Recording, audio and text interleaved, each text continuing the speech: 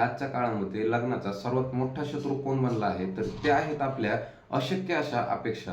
Today's biggest villain of marriages are our unrealistic expectations. आज जर एखाद्या मुलीला विचारले की तुला लग्नासाठी कसा मुलगा पाहिजे तर ती मुलगी म्हणते तो हँडसम असला पाहिजे, 6 फूट हाईट असले पाहिजे, त्याचे एज्युकेशन हाय असले पाहिजे, इन्कम हाय असले पाहिजे, त्याच्याकडे स्वतःचं घर हवंय, पण घरच्यांपासून लांब राहायला पाहिजे, पण त्याच्याकडे व्हॅल्यूज असले पाहिजेत आणि तो लॉयल असला पाहिजे. आणि दुसरीकडे जेव्हा एका मुलाला विचारतात की तुला लग्नासाठी कशी मुलगी पाहिजे तेव्हा तो भाऊ म्हणतो की मुलगी सुंदर असली पाहिजे, गोरी असली पाहिजे, संस्कारी असली पाहिजे, मम्मीला आवडली पाहिजे, तिच्या बाहेर अफेअर नसायला हवे, जास्त मित्र नसायला हवे आणि ते घरातून बाहेर नाही गेली पाहिजे.